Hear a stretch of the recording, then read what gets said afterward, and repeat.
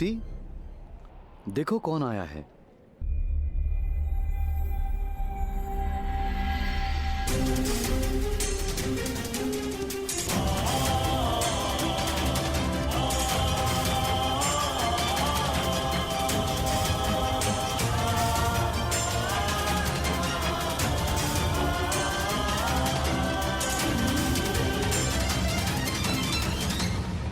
कौन है ये बालक? बालक नहीं, बहुत ही वीर धनुर्धारी है ये। कर्ण नाम है इसका।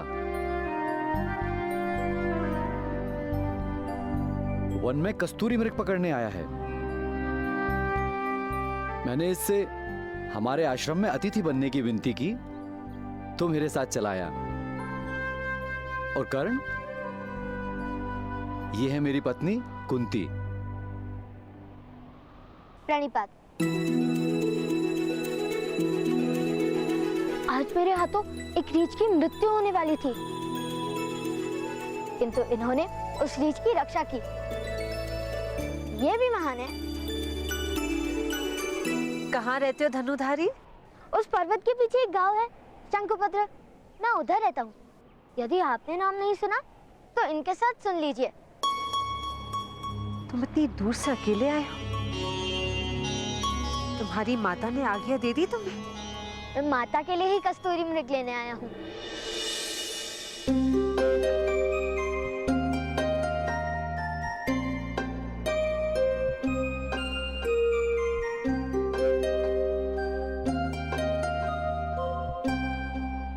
एक बात बताइए महोदय, आपके आश्रम में भोजन नहीं करते? अवश्य होता है पुत्र। क्यों? आपकी पत्नी यहाँ है तो भोजन कौन बनाएगा? पुत्र, भोजन मेरी दूसरी पत्नी बनाती है।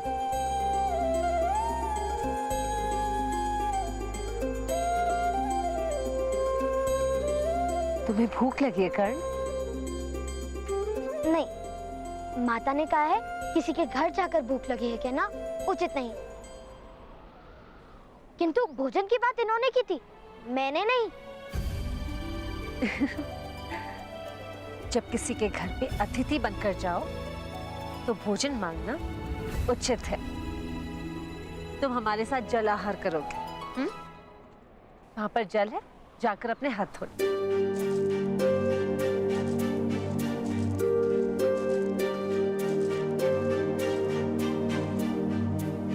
ये हमारे साथ भोजन करेगा? इसकी जात क्या है आर्य? बालकों और सन्यासियों की कोई जात नहीं होती माधुरी। ये बालक है और हम सन्यासी, तो जात क्या पूछना?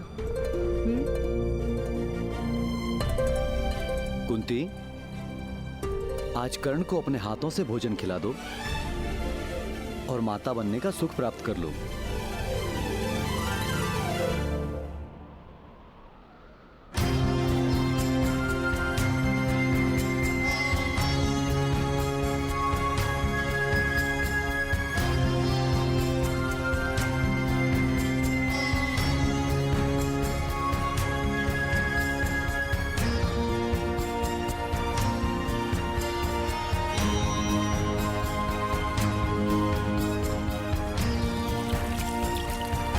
भ्राताश्री की रक्षा करना भगवान, और उन्हें शीघ्र एक कस्तूरी मेघ भी दिलाना।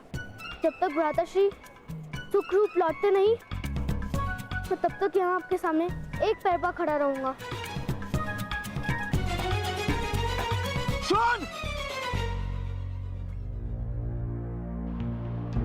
अभी मैं जाता हूँ, किंतु जब पिताश्री कार्य के लिए निकल जाएंगे, तब मैं वापस आकर यहाँ आपके सामने एक पैर पर खड़ा हो जाऊंगा।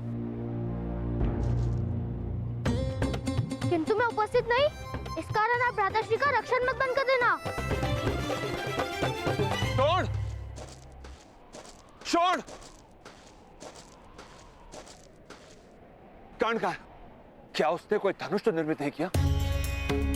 उत्तर दो छोड़! यदि वो किसी मुक्ता पर साहस करने निकला है तो बता दो। कर्ण के प्राण संकट में हो सकते शोन, उत्तर दो। भ्राता जी कस्तूरी मेघ लाने गए हैं उस पर्वत पर।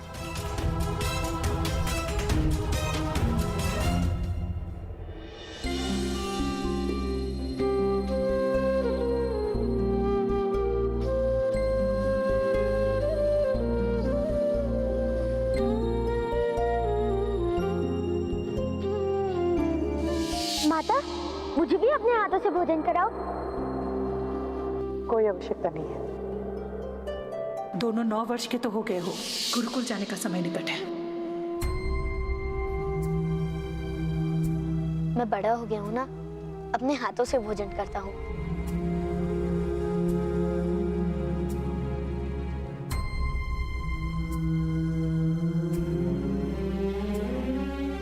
किंतु हमारे घर में अतिथियों को अपने हाथ से भोजन कराना एक प्रथा है।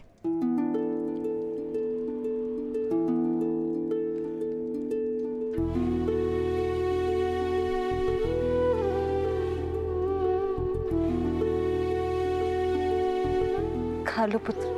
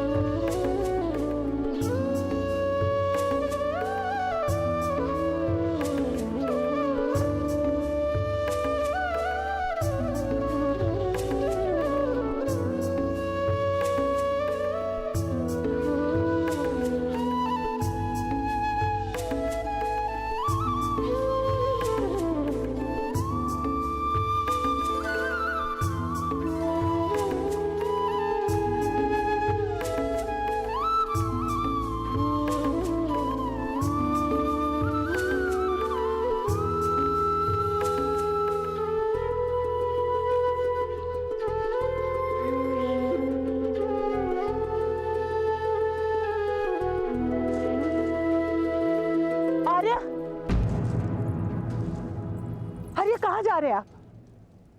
कर्ण आ जाएगा, उसकी इतनी चिंता करने की कोई आवश्यकता नहीं। सुनो राधा, सोनार के पास एक अज्ञानी हीरा लेकर गया। उसे मूर्ख बनाने के लिए सोनार ने उस हीरे को मिथ्या कहकर फेंक दिया। हीरा टूट गया। पास पड़े एक पत्थर ने पूछा, तुम तो वास्तव में हीरे, टूट कैसे गए? हीरे ने उत्तर दिया, मेरा मूल्य जानते हुए भी मुझे मूल्यहीन कहा गया। मेरा हृदय टूट गया। कर्ण का मूल्य जानते हुए भी उसका हृदय मत तोड़ देना।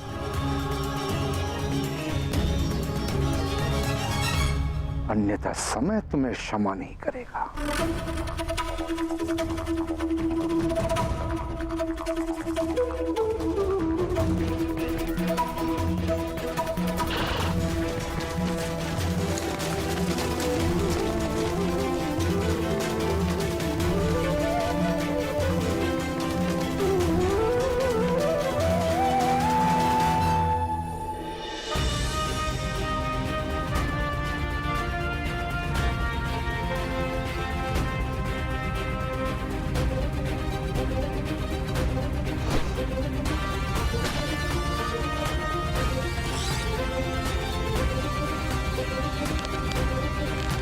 धनुर्धारी, क्या मेरे सरसंधान की विधि उचित है?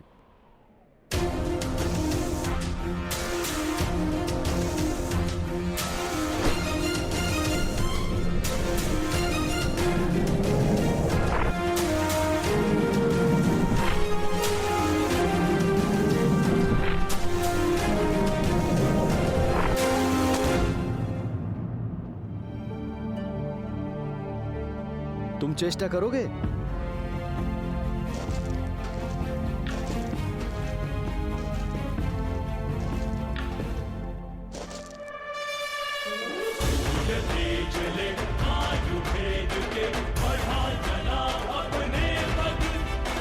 तीव्र है गति चाहे हो शक्ति जीतना है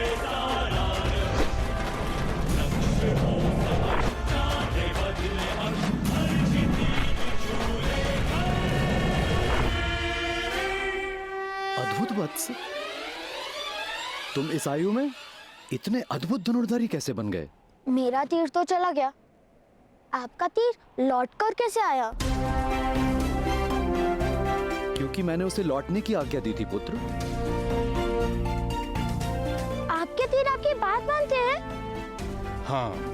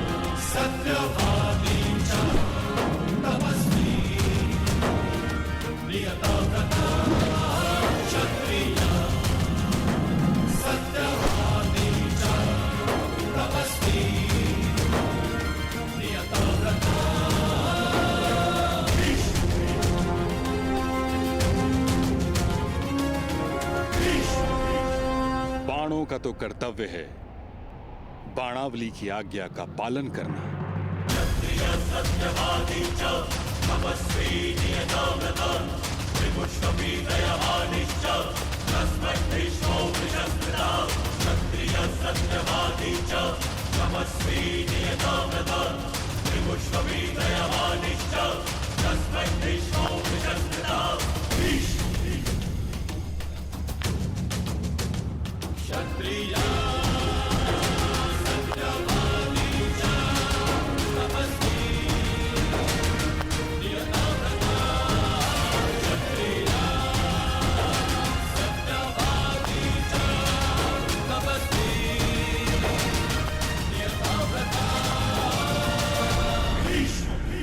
ताऊश्री, आयुष्यमान भव, तुम दोनों का कल्याण हो।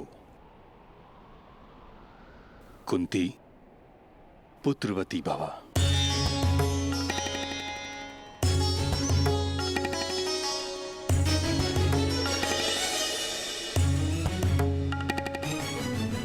ये बालक कौन है पांडु? ताऊ अपने घर से भागकर कस्तूरी मृग पकड़ने आया है। मुझे वन में मिला तो इसे अतिथि बनाकर अपने साथ लाया। कर्ण, ये है मेरे ताऊ श्री महामहिम भीष्म।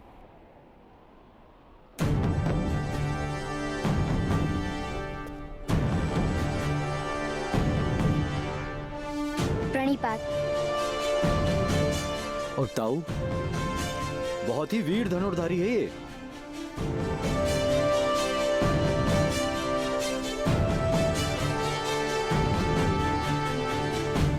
शब्द और बाण दोनों पर जब तक पूर्ण अधिकार न हो उन्हें मुक्त नहीं किया जाता। ये शिक्षा तुम्हारे पिता तुम्हें अवश्य देंगे। पिताश्री कहते हैं कि शब्द पर विचार का अंकुश होता है और अश्व पर लगाम का। बाणों के विषय में उन्होंने आज तक कुछ नहीं बताया। तुम्हारे पिता क्या कार्य करते हैं पुत्र? रथ चलाते हैं और रथ निर्मित भी करते हैं, किंतु मैं वो कार्य नहीं करूंगा। मैं तो धनुर्धारी बनूंगा।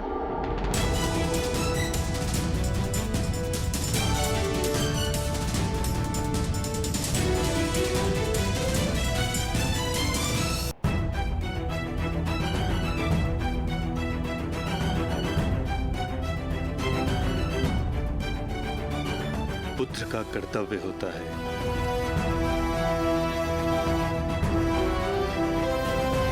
पिता के कर्मों का उत्तराधिकारी बने। कर्म में परिवर्तन कोई नहीं कर सकता।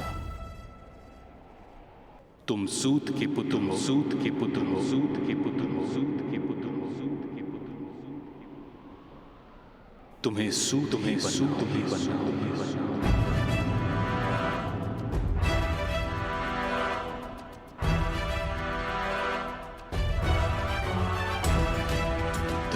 विद्या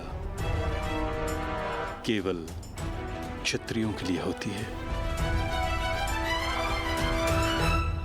किंतु यदि बालकों की कोई जात नहीं होती तो बड़े होकर उनको जात कैसे प्राप्त हो जाती है? जात क्या कोई फल है जो पौधों पे नहीं उगता किंतु वृक्ष पे उग जाता है?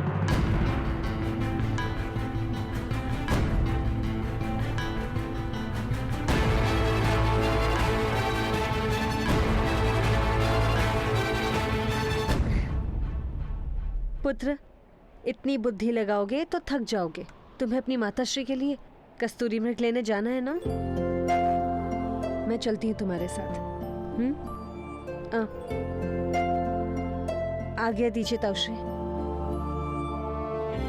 आओ।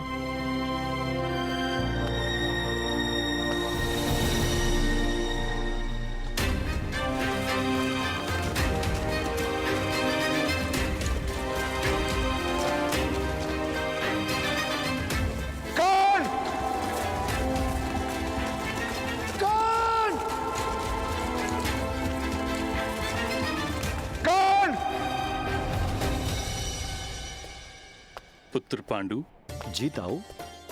कुशल तो हो? पूर्ण संतोष है ताऊश्री। सत्ता और संपत्ति के त्याग में इतना सुख होता है, ये बात हस्तिनापुर के राजभवन में रहकर कभी न जान पाता।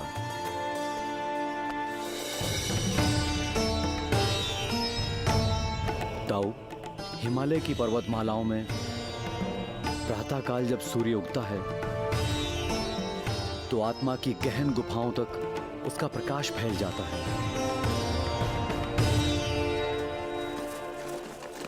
अधीरज, वो वहां उनसे जाके पूछें। हाँ, चलो।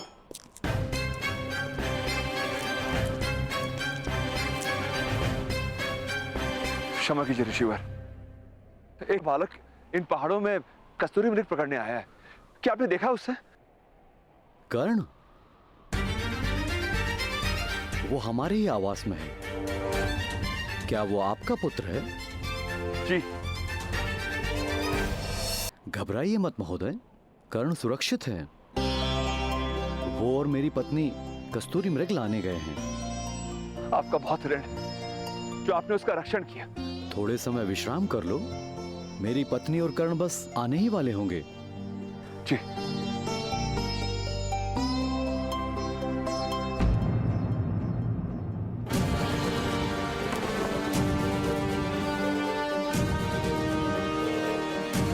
क्षमा कीजिए, किंतु ये वट वृक्ष का चिन्ह केवल एक ही मनुष्य के रथ पर शोभित होता है। क्या आप हस्तिनापुर के सेनापति महामहिम गंगा पुत्र भीष्म हैं?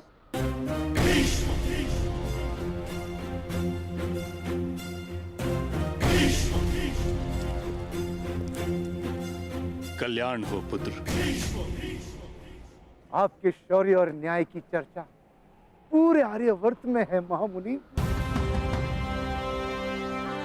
आपके चरण स्पर्श करके मैं धन्य हो गया।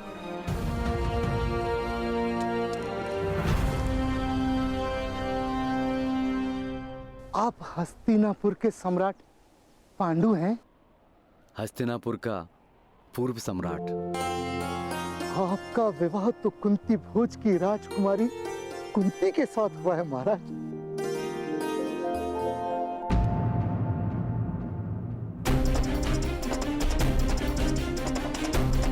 यदि ये बालक राजकुमारी की आंखों के सामने रहा तो शीघ्र ही वो लोकलाज की चिंता त्याग कर इसे अपना लेंगे और बहुत बड़ा अनर्थ हो जाएगा। इसलिए इस बालक का राजकुमारी से दूर और गुप्त रहना अनिवार्य है।